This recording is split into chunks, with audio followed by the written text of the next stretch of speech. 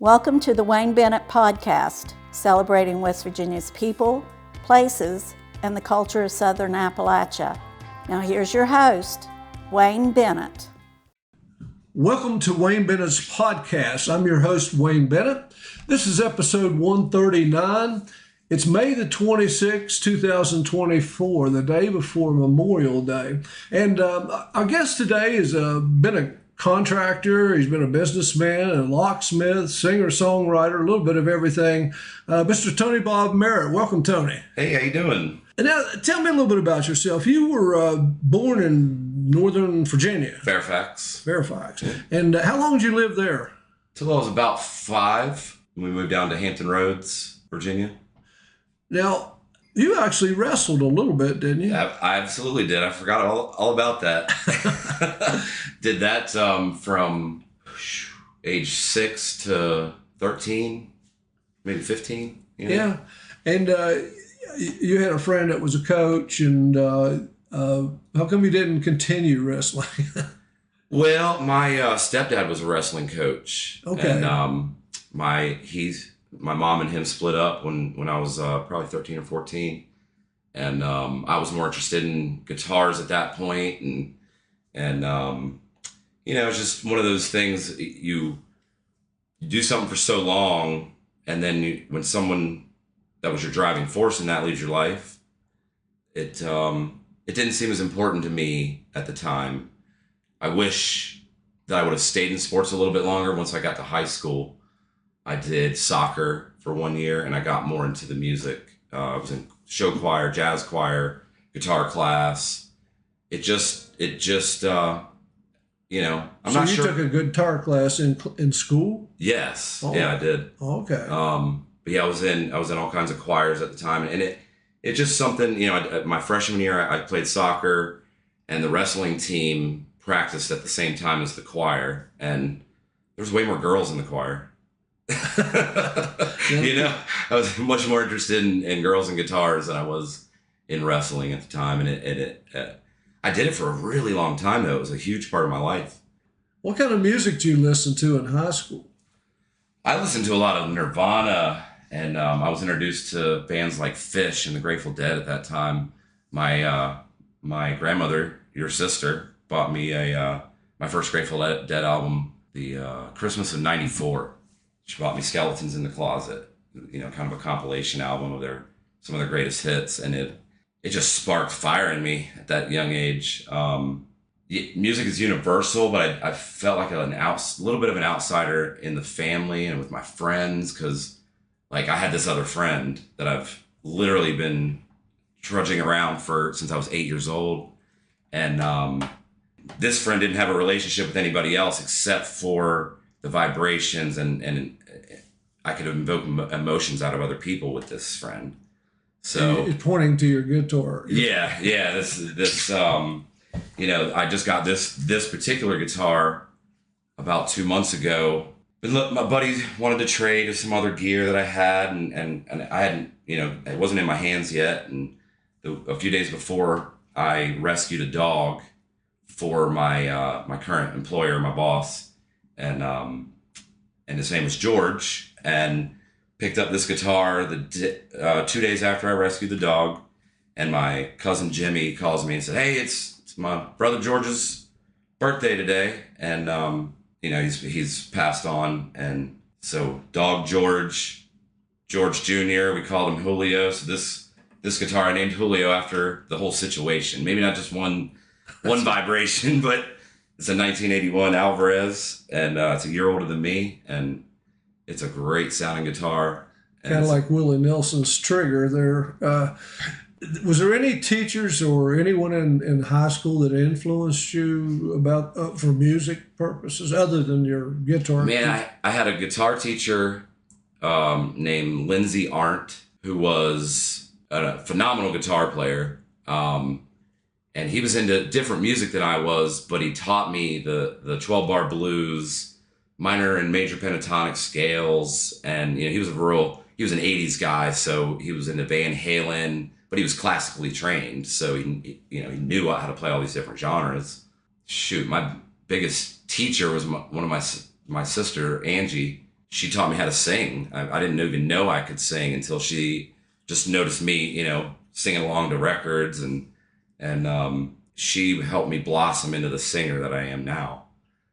We don't sing much together anymore because life's hard, but we had a band for about 6 or 7 years called Keyed Up down in Hampton Roads area with her now ex-husband, Davey. He's still my drummer. We still play about once a month, Now you, your dad was a carpenter or woodworker. And how did you get initiated into the carpentry work? Man, if you wanted to hang out with Dad, you had to make sawdust. You had to pick up 2x4s. I didn't have a lot of time with him.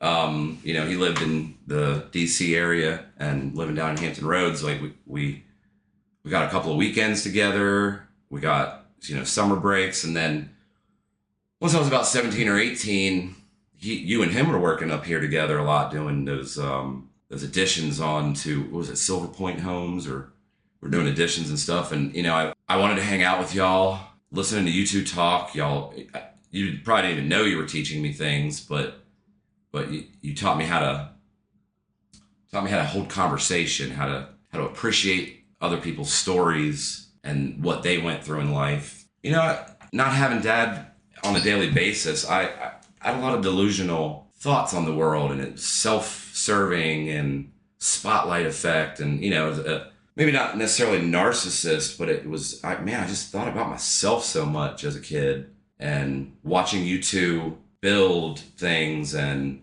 talk about things. You showed me what empathy was, and we didn't always get paid for things that we built together. We just did things, and it was just a really good experience, working with you two. Well, I think in turn he had learned a lot from an uncle of his, and of course my dad was a carpenter most of his life, and his father was a carpenter, and so there was kind of ran in the family to a certain extent. I was kind of the same way when I got out of education. I always wanted to do construction work full time. I had done it part-time for years, but and I got my fill of it.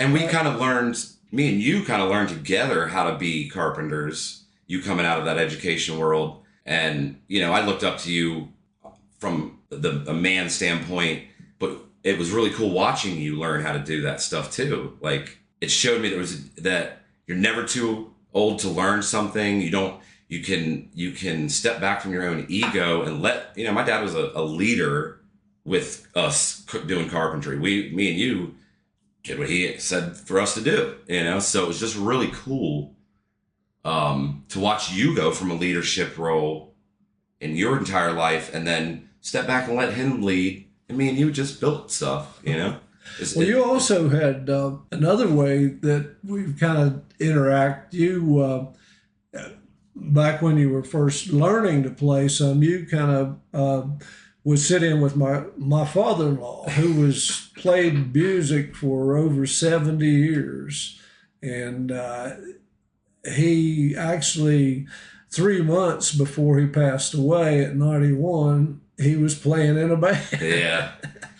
Yeah, I've got a lot of memories of Mr. Pack, and I'll still call him that till the day I die, because that's that's who he was to me. And I remember when I was like 12 years old, I came up here for just a weekend with my aunt, and Dad was already living up here, and I was hanging out with Rusty and Dusty and Amanda, maybe Jeremy, and cousins. And he, "Hey Tony, how you doing? Good to see you, Mr. Pack. Did you bring your guitar with you?" And I said, "No, I'm just up for the day or maybe 2 days." And he looked me dead in the eye and said, "A gunfighter never leaves his house without his gun." And he turned around and walked away. Just like, you call yourself a guitar player and you don't have a guitar. And so I've really carried that. Even if I don't play the guitar, if I'm going out of town, always take it with me, because you never know when inspiration is gonna come to you. I watched what he was doing, and he played a certain particular type of music, and it's a Southern tradition.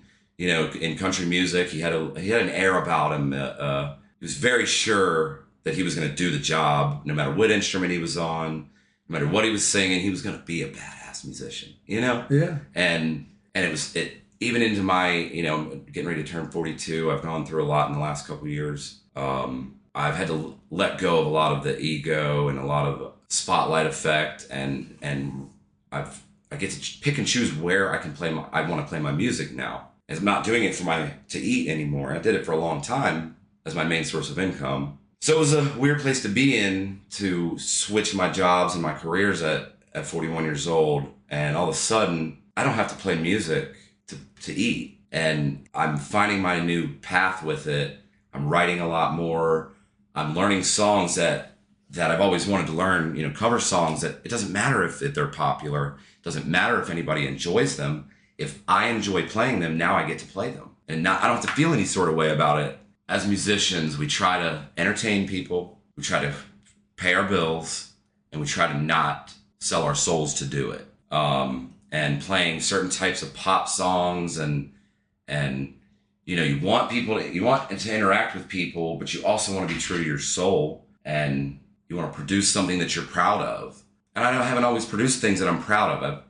I've produced things that I thought people would enjoy that I didn't necessarily enjoy playing, you know? Mm-hmm. That's, I've talked to several musicians and a couple buddies of mine that play 300 nights a year, and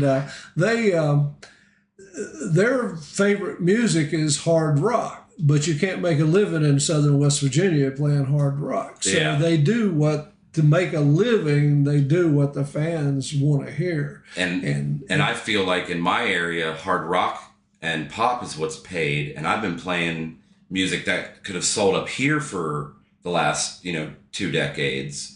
So I've been a little bit of a fish out of water. You know, I played Grateful Dead music and like this, what do you call it, cosmic cowboy country for a long time. And it didn't sell down there until now. That's the thing that's popping down there. Now that I'm out of it, you know, it's like, so it's, you know, maybe I just helped keep those traditions so that the guys that are doing it now down there, they're making a really good living. And, you know, I get asked to play places that I just don't want to play because it feeds the ego, and I don't want to play music from a place of ego anymore. And doing it for a living, you know, maybe I was a little more interested in playing music for the clout of it, but then it became something else. It became a job, and I maybe didn't feel appreciated or what have you. But now with the brewery thing that's really happened down there, and there's actually other types of venues that have really appreciated this music. And man, I can go make a living doing it right now if I wanted to, better than I could have 10 years ago, playing the same exact styles of music that I want to play. And now I'm okay not playing out all the time. I'm really enjoying. You remember the first gig you ever played that you got paid? Man, so coffee houses were the thing in the early 2000s, and even up here, I can't remember the coffee house in Beckley that we used to play at. You know, your son Jeremy used to drive me around and play. But down in my area in Newport News, it was called Harbor Espresso. We got paid $50 a show, and I used to rent a PA system for $50 a night.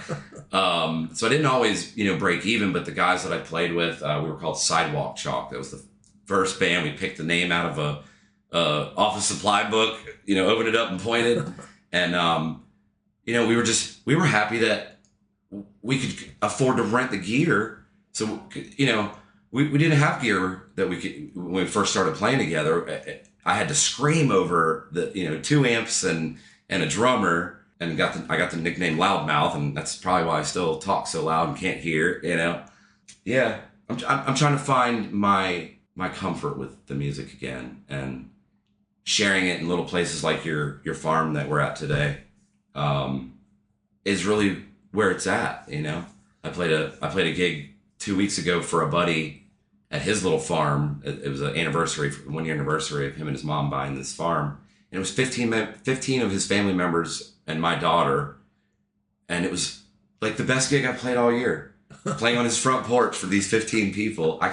And who had just appreciated me playing whatever it was, you know. Well, you say you've written some songs, and that's how a lot of the noted singers, you know, Bob Dylan, Merle Haggard, Christopherson, John Prine, Lennon, McCartney, and Silverstein, guys like that, they started out as writers, and then they, you know, come over to singing and do a little both, and those guys are poets, though. I mean, they are. If you listen to the words of some of those songs, they're not just trying to rhyme, you know. Exactly. And those guys are really something. There's a vulnerability with truly writing a song that, you know, I don't consider myself a songwriter because I've only put out, you know, a handful of songs to the world because of that vulnerability. It's really hard to share that level of vulnerability night after night and share what the experience you've gone through. It's easy as a cover artist to play someone else's songs, and you can invoke emotions and get paid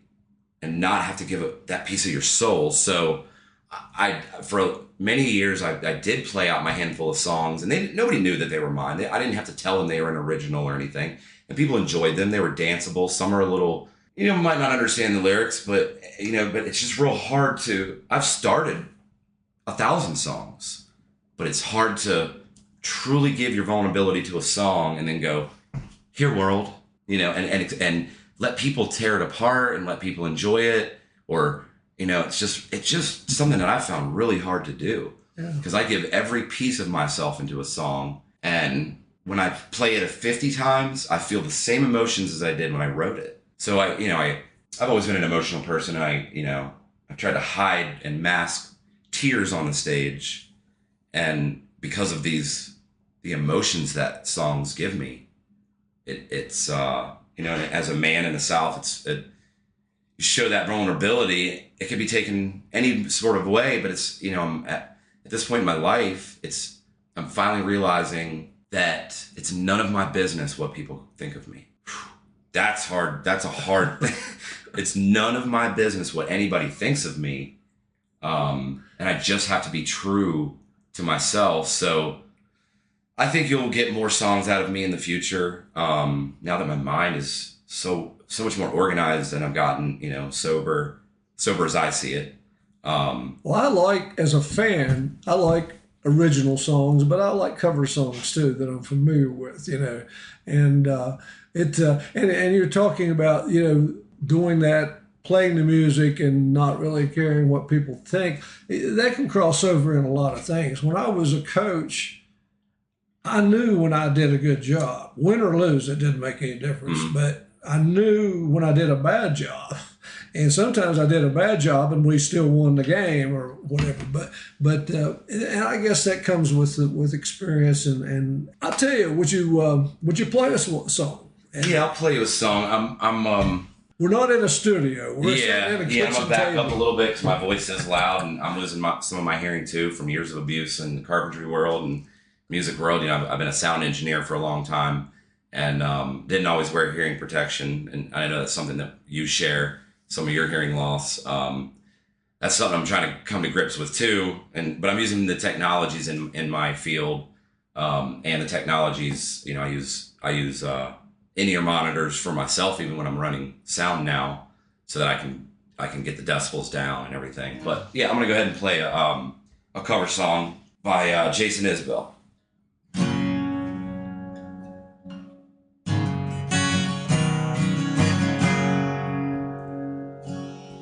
You wanna grow up, paint houses like me, a trailer in my yard till you're 23.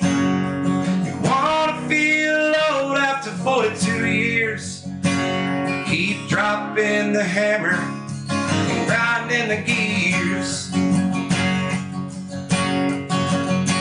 Well, I used to go out in a Mustang, the 302 Mach 1 and 3.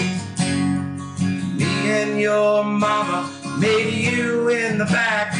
I sold it to buy her ring. Learned to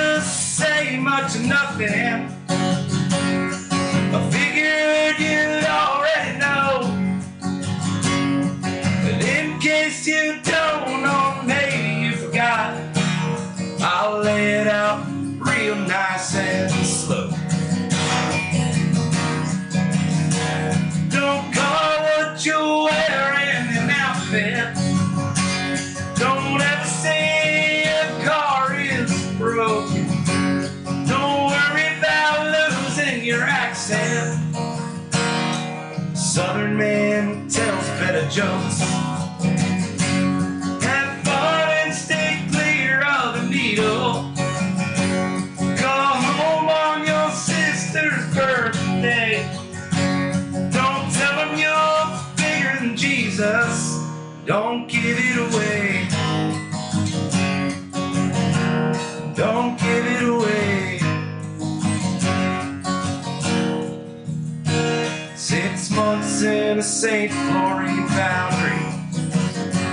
They call it industrial park.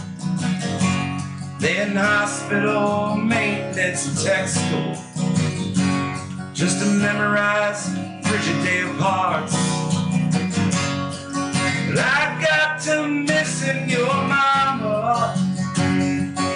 I got to missing you too. So I went back to painting for my old man. Guess that's what I'll always do.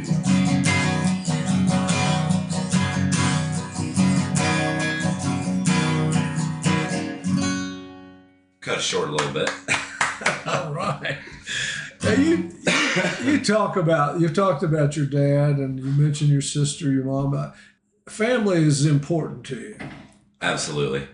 And as you get older, you realize, and have children of your own, you realize family is probably the most important. And you're married now. Tell us a little bit about what's going on with your family. Yeah, man. I married my wife about 4 years ago. I think maybe it's 3 years ago. I should know that. Remember. I should know that. But Katie has been just a rock in my life. She's learned how to be a sound engineer. She's learned how to be a carpenter. She's learned how to be a wife, and she's taught me so much. We raise our daughter together. It's her stepdaughter, Hartley. Hartley, it's absolutely amazing. And it's so cool to be a dad. And she was born 3 years after my dad died. And they're so much alike. Their birthdays are 3 days apart on the calendar. Try not to say and a lot, fill the words. But family has been so important to me. This farm has been a connection throughout the decades of my life. My daughter spent time here, and the connection that I have to West Virginia is huge. Like I feel it in every song I play. I think about my entire family. Every time I go to work and swing a hammer, this is the place where I learned it. This is the place that is lived in my dreams. It's where I want to spend my vacations, and it's all based around family. The last time I was here was about a year and a half ago. In February, my grandmother passed away, and she was brought back up from Florida to be buried. I yearn for this place. It lives with me, and every lesson that I've learned here, I bring back to Virginia and try to teach my daughter. And watching the way you and Diane's relationship has grown has taught me how to, little bits at a time, has taught me how to treat my wife and treat my daughter the way you have treated all of your grandkids. It's so important that they get validation just for being who they are. And it's something that I don't know that I got a lot of. I don't know, I got a lot. My dad was so hard with his emotions until his first granddaughter was born. It was difficult, I carry all of it into my songs, in my life, in my actions, I have a lot of addict's guilt for things that I put myself through, and time loss with my daughter, time loss with my family. And I feel like the rest of my life is my charge to make sure that it doesn't happen again, and that my family knows how much I love them and how much I'm willing to do for them at every pass, So I'm not afraid of my emotions anymore. I've always been a crier ever since I was a kid. And every time I'm on stage, if something hits me, I just let it go. It's I couldn't tell you if I ever saw my dad cry, and it was hard to come to terms with a lot of those emotions, because men don't, we don't cry, we don't, society put a lot on me, or maybe I felt it just because I was so emotional and I can feel more than, some other men can. And so I think, and especially in the old days, that like you said, men avoided emotion and those kind of things. But I think we're changing. And, absolutely. And something you mentioned before, when you quit learning or learning new things, it's going to be a boring world for you. I always heard a comment, idle minds is the devil's workshop. And so there's nothing wrong with being emotional. And I think that people appreciate it. I always said, we were talking about teachers earlier. I had one teacher I've mentioned several times that convinced me to go. I was going to go in the Air Force when I got out of high school. My family wasn't rich, and about the 2 or 3 weeks before school was over, she was a 12th grade English teacher, and everybody was talking about going to college and what they was going to do. And she asked me, she said, "What are you going to do when you get out of school?" And I said, "Well, I'm going to Air Force." Well, that was during Vietnam, and she said, "You don't need to go in the Air Force. You need to go to college, and don't be a phys ed teacher. You need to be an English teacher." and I mean, that's all it took. I mean, she told me, I really like this lady, but my biggest regret, I never got to tell her thank you. And I wish I had. And so I try to, now I try to make a point of people that have helped me along the way. I try to make it a point that I can say thanks and show my appreciation. But times are changing. It's good therapy. Yeah, now, you got speaking of learning new things, you got a new career. Yeah, I jumped headfirst into a company that has been my company's biggest client for the past couple of years. Me and my wife and our helpers helped finish this guy's house. The carpenter that was working on it got cancer and was going through treatment, and so another carpenter had to be brought in, and through another company that I was working for, met this guy, Matt Miner, and Long Hill Excavating.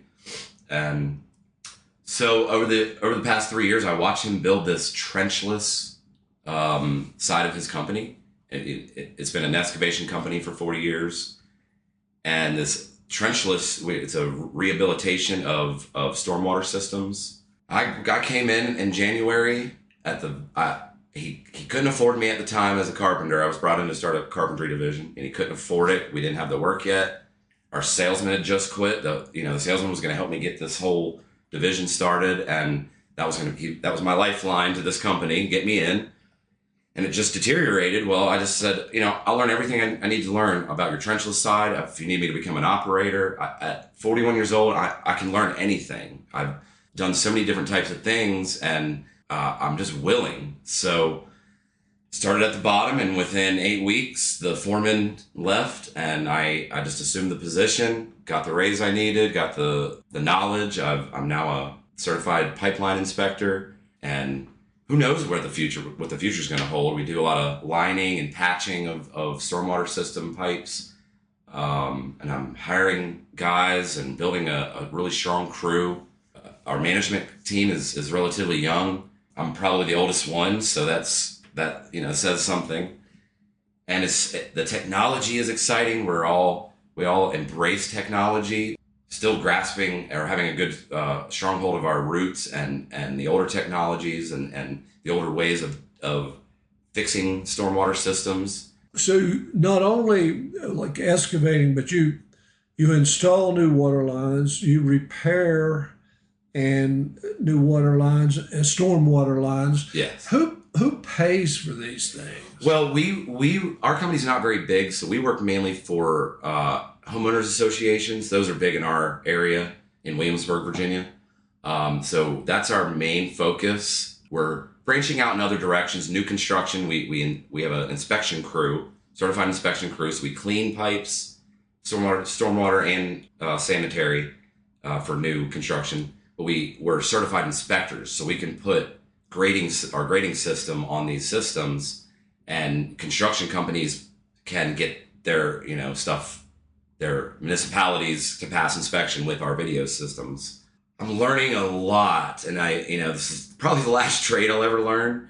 But I'm learning how to manage. My path is project management and operations management. I'm going back to school soon.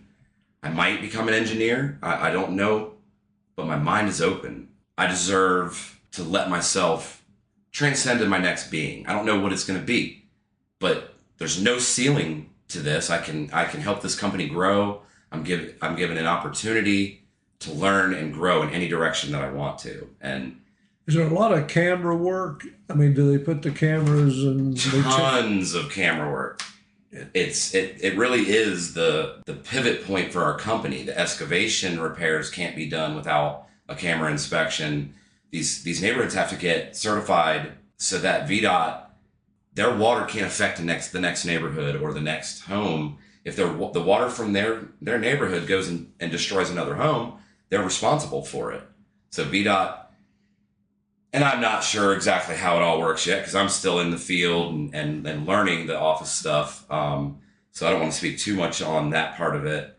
But what about competition? Is there? There's plenty of competition. You come from a metropolitan area. Yeah, there's plenty of competition, but we're finding our niche. The larger diameter pipes, the ponds. We can maintain your entire pond, not just sell you an inspection and a liner and a patch, but we can give you the next course of action to keep your dam flowing the way it's supposed to be, or if there's erosion, we do sinkhole mitigation with polyurethane, essentially spray foam to manage your erosion. We do manhole inspections, maintenance, rehabilitation, repairs. I mean, the list just goes on of what can be done. And yes, there's competition in every direction, but our goal is to become recession proof and to hit these niches that other companies don't do. There's larger corporations in our area that do 12-inch pipe, and they're really good at it, and they can hone it in, their price in, but they can't do 48-inch. We do 48-inch to 12-inch, so there's things to line and patch that you wouldn't even think of. Golf cart tunnels in these golf cart communities that are competition, they don't even touch. So being recession proof was my goal 2 years ago, or even 4 years ago, when we went through this pandemic, and all of a sudden this guitar couldn't feed me. There was no gigs. So I doubled down on my carpentry work and became a remodeler, LLC, but it was so hard on my back and my body, and I didn't have the funds and the capital to keep a business going and keep a payroll. So I saw what Matt was doing and making himself recession proof. Anybody can run an excavator. And in our area, everybody runs an excavator. Everybody does grading. Everybody does new construction. But not many people can do inspection, repair. And repair of these systems involves an excavator, dump trailers, dump trucks, patch trailers, lining trailers, grout, so I bought into a system with this company, and I never thought that I would. I thought that I would work for myself for the rest of my life, just like my dad did. But I watched what my dad did, and he gave everything he had, and he never made a lot of money. And my goal is not to make a lot of money, but with the way the inflation is going, I want to be secure. So working with other people has been the biggest growth, or the biggest thing I've had to learn in the last 6 months. I've worked with guys on stages, but I've always been in charge. I've run stages, but I've always been in charge. I've run crew, but I've always been in charge. So I had to start at the bottom. At 41 years old, I had to start at the bottom and learn how to work with people again and how not to emotionally react. Talked about your dad. I wondered sometimes what it would be like if he would still be alive, and if his body would still hold up, or was it breaking? In that particular profession of carpentry or building, if your body goes, there you go. It's tough unless you have good people under you and you can boss. But, well, and if you had capital, if he would have been willing to work for somebody else But, I wasn't looking to be accepted, or I wasn't looking to fit in. I was looking for acceptance. And I think that's something that if he would have found at a younger age, I don't know. We have all these, you can speak in terms of what ifs all you want, but I was looking to be accepted. I wasn't looking to be fit in with my ADHD and emotional dysregulation at times in my life. I feel accepted now, and which has really helped me see my faults, my character defects. My emotional dysregulation has caused me an extreme amount of pain in my life with family members, with relationships, with work. And if I can find a way to regulate my emotions, this guy, my boss, I deal with the 80% in the field. It's that top 20% that is always caused my emotional dysregulation. And he's been handling it, and he's been helping me grow with it. And that's what I needed. And I can't believe, I'm lucky that I found it.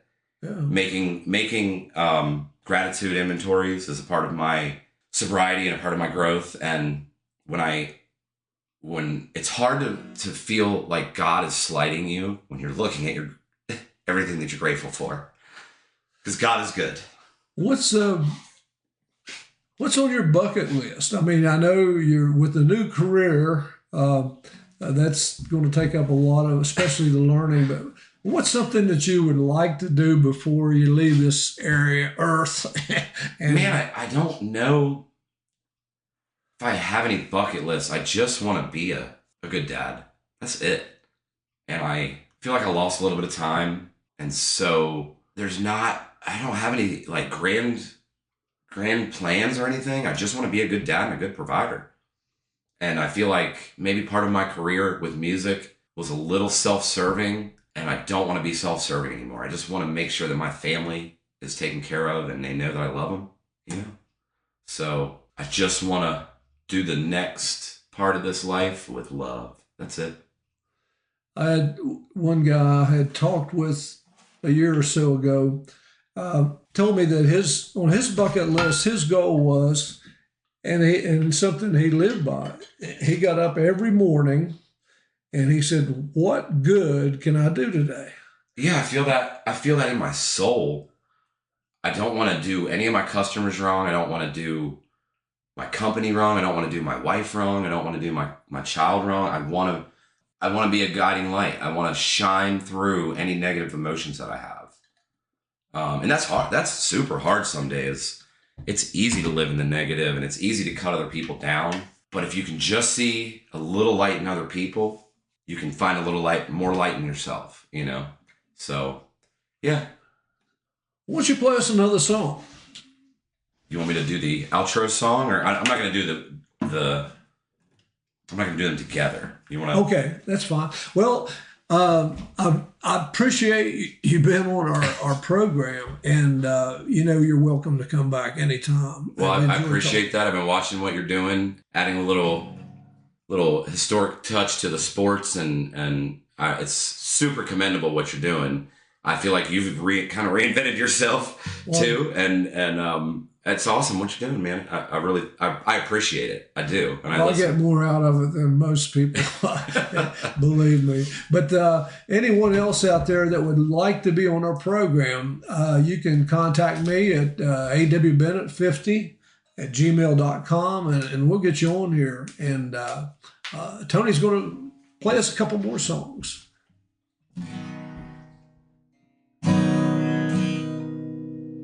We live in our old van and travel all across the land, me and you. We'll end up hand in hand somewhere down by the sand, just me and you.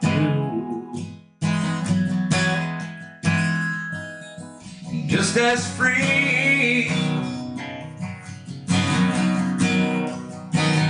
free as we'll ever be, just as free, free as we'll ever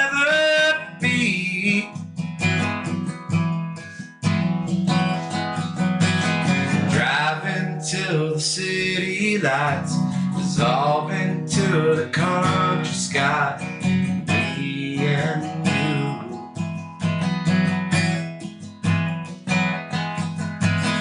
lay underneath the harvest moon and do all the things that lovers do. Just me and you, just as free, free as we'll ever be, just as free, free as we'll ever be, never be.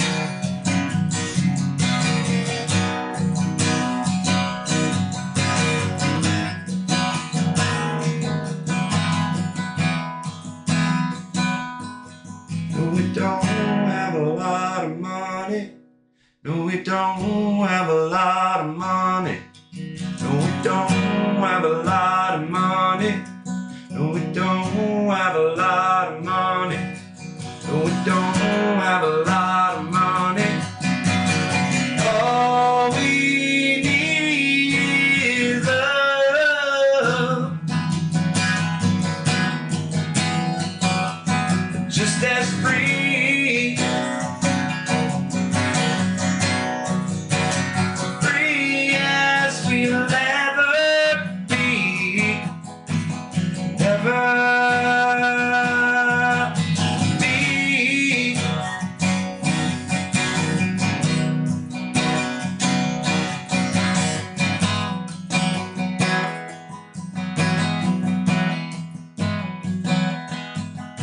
So we live in our old van, travel all across the land, me and you.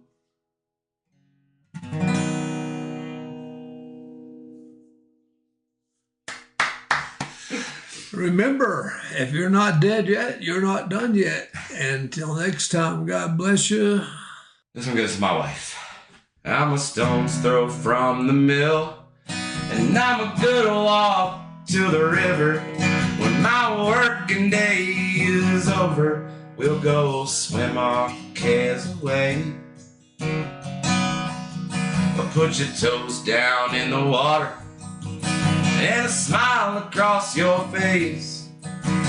Tell me that you love me, lovely Katie Mae.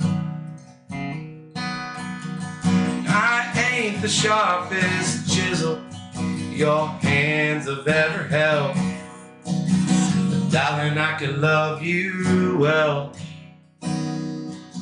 till the road is called on.